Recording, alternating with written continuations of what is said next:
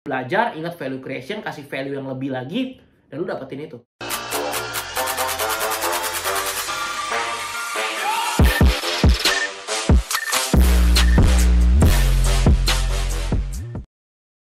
Oke, halo guys, balik lagi sama gue Dennis SLL. Seneng banget bisa ngobrol-ngobrol bareng kalian lagi. Gimana kabar kalian hari ini? Semoga dalam keadaan yang baik, sehat, dan luar biasa ya tentunya ya. Sorry banget gue minggu-minggu ini jarang upload video karena gue nggak sempet bikin video. Bukan nggak sempet sih sebenarnya, nggak bisa bikin video karena gue kemarin tuh sempat batuk pilek kayak lumayan parah, dan sebenarnya sampai hari ini juga batuknya belum sembuh, masih gatal, tenggorokan masih sakit. Jadi gue masih stop bikin video YouTube nih karena kan lumayan tag-nya jangka waktunya lumayan panjang ya. Tapi nggak apa-apa, hari ini gue bikin video karena menurut gue ini cukup penting ya. Jadi langsung aja kita masuk ke poin hari ini mengenai sesuatu yang lagi viral banget di sosial media, khususnya Twitter. Gue bacain ya, jadi kalau misalnya untuk teman-teman yang belum pernah lihat nih tentang tweet ini, jadi ini ada satu orang yang nge-tweet nih, habis itu viral di Twitter dan sempat di-repost juga sama banyak lah influencer, masuk ke Instagram, ke TikTok, dan lain-lain. Di dunia fana ini, ada orang-orang yang digaji 800.000 setelah kerja siang malam sebulan penuh. Dan ada juga yang dibayar 80 juta untuk pekerjaan sepele, macam bikin Instagram post dalam 1-2 jam. Terus kalau menurutmu dunia kayak gini nggak rusak, berarti nalarmu yang rusak. Jadi, nah ini disclaimer dulu ya, gue bukan yang mau mengatakan bahwa dia salah, bukan kayak gitu. Gue cuma mau sharing opini, point of view yang dari pandangan gue. Kan gue udah belajar mengenai keuangan lumayan lama, cukup lama. Jadi gue pengen share opini gue. Nanti kalian yang tentuin sendiri, kira-kira yang benar kayak gimana, yang salah kayak gimana. Namanya kan kita sama-sama belajar. Nah, pertama nih teman-teman ya, kalau kita ngomongin influencer gajinya 80 juta 1-2 jam gitu, bener, itu emang ada. Habis itu kalau kita ngomong orang yang kerja capek-capek gitu dalam sebulan, pagi sampai malam gitu misalnya, terus gaji cuma 5 juta, itu juga ada. Pertanyaannya, kenapa hal itu bisa terjadi? Dan apakah itu memang nggak adil atau mungkin kita yang nggak tahu? Nah, kita akan bahas mengenai hal itu melalui 3 poin hari ini. Nah, poin yang pertama ini lo orang udah sering dengar dan gue juga udah pernah bikin kontennya, yaitu mengenai value creation. Jadi value creation itu simpelnya adalah uang itu akan kita dapetin ketika value kita kasih dulu nih ke masyarakat, ke konsumen kita, ke customer kita. Kita kasih value, kita bakal dapetin timbal baliknya uang. Sebenarnya nggak berupa uang, nggak harus uang doang sih, bisa pengalaman, experience, networking, dan sebagainya macamnya. Tapi simpelnya uang itu bisa dapat lah dari value creation ya. Habis itu banyak orang nggak paham nih soal hal ini. Misalnya contoh simpel gini ya, gue jualan payung nih ya. Habis itu lu yang nonton video ini juga jualan payung. Habis itu jualan payung itu kan gunanya apa sih?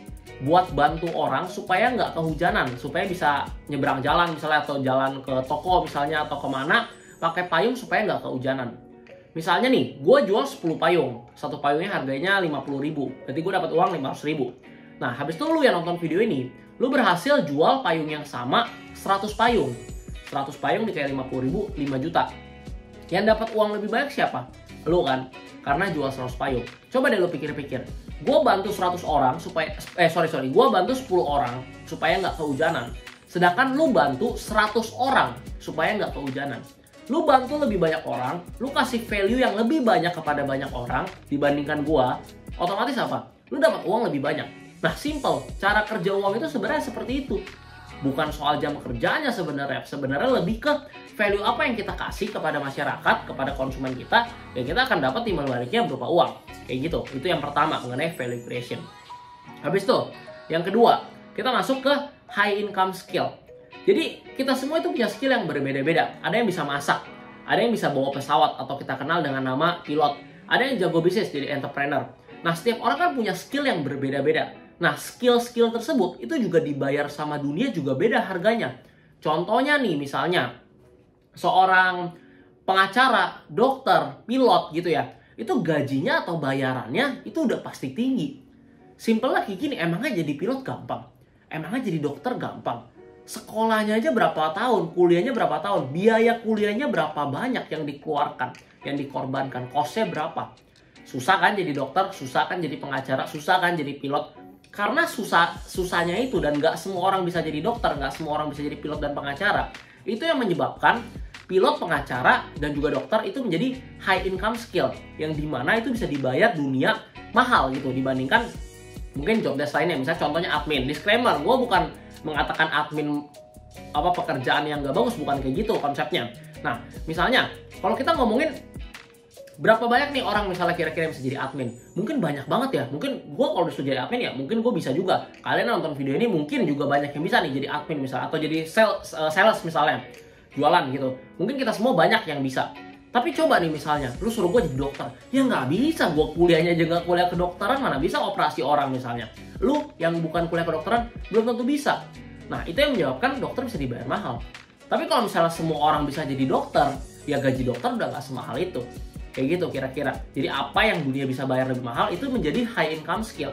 Nah, jadi kalau kita ngomongin ada influencer misalnya gitu yang gajinya 80 juta dalam 1 atau 2 kali posting. Pertanyaannya begini, simple kok. Lu bisa nggak jadi influencer yang followersnya sampai jutaan yang dibayar 80 juta dalam 1-2 jam?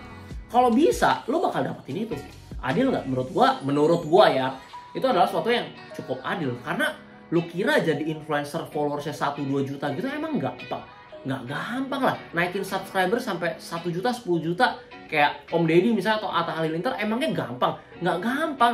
Itu mereka perlu effort, mereka perlu creativity, bikin konten segala macam. Mungkin kalian pas lihat, wah enak lah mereka udah terkenal. Tapi kan pas mereka jalan awalnya itu kan juga bukan siapa-siapa awalnya. Semua orang kan juga mulai ya dari bukan siapa-siapa gitu loh. Jadi apapun yang terjadi di luar kendali kita, hal eksternal yang kayak orang dapat gaji sekian, kita tuh sebenarnya nggak tahu pondasi dasarnya itu seperti apa.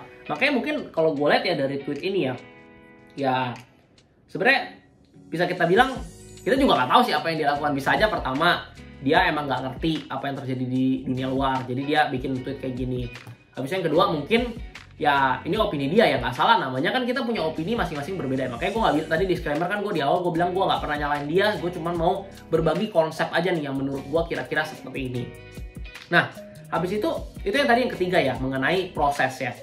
Kita mau jadi pilot, mau jadi pengacara, mau jadi dokter, itu banyak banget hal-hal yang kita korbanin, yang kita belajar, kita bayar kuliah yang mahal. Jadi kalau suatu saat kita dibayar dengan gaji atau income yang mahal, ya itu wajar, high income skill. Tapi kita harus tahu prosesnya. Itu 3 hal tadi kalau gue boleh ulang. Yang pertama value creation, yang kedua high income skill, yang ketiga itu prosesnya nggak gampang. Duitnya mau makin banyak, prosesnya juga makin gila. Sekarang kalau misalnya cuman mau jualan, mau jadi sales gitu, lulusan SMA udah bisa, ya kan? Tapi kalau mau jadi dokter, lulusan SMA kan nggak bisa gitu. Nah jadi setiap proses yang kita lewatin, makin berat prosesnya, makin banyak kita belajar, makin banyak cost, baik itu dalam bentuk uang, waktu, apapun yang kita perjuangkan, otomatis duit yang kita dapat juga akan makin banyak, kita akan dibayar makin tinggi. Jadi kalau menurut gua, ada influencer yang dibayar 80 juta dalam 1-2 jam, dengan ada orang yang udah kerja pagi sampai malam gaji 5 juta, ya itu udah bagian dari masing-masing. Jadi syukuri aja apa yang kita punya. Kalau misalnya mau dapetin uang lebih banyak, ya balik lagi 3 poin tadi, high income skill, value creation, dan prosesnya. Contohnya nih, gue berasa aduh kayaknya gaji gue kantoran gitu ya, gue bukan kerja kantoran sih, ini contoh aja. Misalnya gue gaji kerja kantoran kok cuma 7 juta ya sebulan ya, gue harus ngapain ya? Kayaknya gue harus buka usaha deh. Buka usaha, banyak yang harus dipelajari. Gue harus belajar financing dulu, harus belajar operationnya gimana, harus belajar marketingnya gimana. Udah gue pelajarin, gue mesti keluarin modal bikin usahanya. Udah pasti berhasil? Belum tentu. Ada bisa gagal dulu, ntar ada misalnya dihutangin orang segala macam. Jadi gue laluin prosesnya ya, amin-amin nih. Misalnya 5 tahun, tau-tau gue bisa jadi entrepreneur sukses. Income-nya 1 bulan misalnya 500 juta.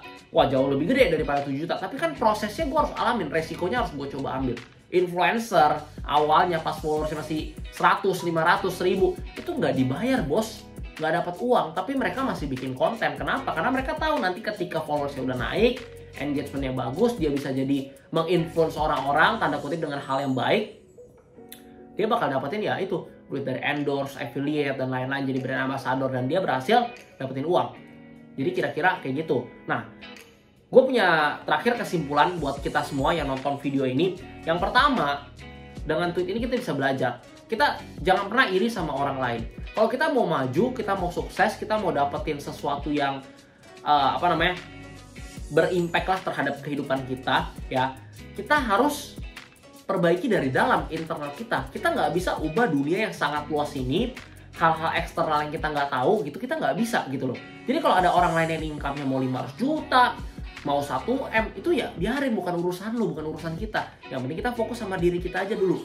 Apa nih yang harus kita lakukan supaya income kita bisa naik? Itu yang pertama. Yang kedua, jangan iri sama orang lain, kayak mikirnya nanti kok kayaknya dia enak ya duduk-duduk doang di coffee shop, bikin konten, bikin video dibayar 20 juta. Lu nggak boleh iri gitu loh. Kalau lu mau maju, lu nggak boleh iri. Justru harusnya apa? Kalau misalnya lu lihat nih, misalnya gue juga punya teman gitu ya, influencer, followersnya banyak, dan dia sekali dapat endorse aja itu bisa 30 juta cuma bikin video. Oke guys, jadi gue mau kenalin kalian ke produk ini, gue juga sendiri pakai dan emang berani pakai nih misalnya ya. Habis itu kalau kalian mau pakai, kalian bisa swipe up 30 juta bos, kayak gitu. Apakah gue iri sama dia bikin video 15 detik 30 juta? Enggak. Justru gue belajar sama dia. Gimana sih caranya supaya bisa dapetin followers, bisa bikin konten yang bermanfaat untuk orang lain. Justru kalau lu iri, lu nggak bakal dapetin apa-apa. Jadi kalau udah tahu temen lu misalnya atau orang lain yang lebih hebat dari lu, ya kalau mau lu belajar sama dia gimana caranya supaya lu juga bisa hasilin seperti dia, bukannya lu iri. Habis itu yang ketiga, ingat value creation kalau lu mau banyak duit. Jadi lu nggak bisa fokus terus sama yang namanya jam kerja, dan jam kerja. Percuma lu kerja sehari 12 jam misalnya. Sorry. Ini kontroversial. Bukan percuma. Mungkin gua ubah kata-katanya sedikit ya mengenai jam kerja. Jadi kalau misalnya kita kerja nih ya satu hari nih, gak dibayar per jam misalnya 20.000, oke? Habis itu kita kerja 10 jam sehari, berarti kan kita dapat 200.000. Tapi kalau kita dapat 1 jam dapat bayaran misalnya 500.000, kita kerja 1 jam aja 500.000, udah lebih baik daripada ketika kita kerja 10 jam. Artinya apa? Kalau emang kita mau naikin income kita, yang kita fokus, yang kita kejar adalah misalnya kita mau kejar uang, mungkin untuk beli rumah, untuk dana pensiun, untuk beli mobil dan sebagainya macam ya, lo harus ingat value creation. Karena dengan lo menambah jam kerja itu ada limitnya, sehari 24 jam bos. Lo tidur 8 jam, 16 jam, lo bisa kerja paling maksimum berapa? 12 jam, 14 jam. Habis itu pas udah 14 jam udah mentok, lo udah gak bisa dapetin uang lebih lagi. Tapi kalau lo mau dapetin uang yang lebih lagi, lo harus kasih value yang lebih lagi. Tingkatin skill lo, belajar lebih banyak lagi, atau ambil side job tapi yang yang high income skill tadi, misalnya content creator lah salah satu contohnya. Nah, kira-kira kayak gitu. Kalau lu emang lu mau maju, jadi belajar, ingat value creation, kasih value yang lebih lagi, dan lu dapetin itu. Kayak gitu. Jadi nggak perlu iri sama orang lain, yang penting lu fokus sama diri lu aja. Cukup deh sampai video ini aja. By the way, pas gue bikin video ini gue batuk-batuk sampai 10 kali kayak ada pakai video banyak cut. Biasa kan gue bikin video nggak ada cut karena gue emang belum sembuh. Doain gue semoga bisa cepat sembuh, jadi gue bisa upload konten di YouTube ini 2 hari sekali supaya bisa sama-sama belajar bareng kalian, karena gue seneng banget sharing kayak gini sama kalian. Semoga apa yang gue sharing di channel YouTube ini bisa bermanfaat untuk kalian. Kalau kalian suka sama video ini, jangan lupa share ke teman-teman kalian, jangan lupa like, komen, dan subscribe supaya channel ini bisa terus berkembang dan kita bisa sama-sama belajar. Thank you teman-teman semua, and see you on next video. Bye bye.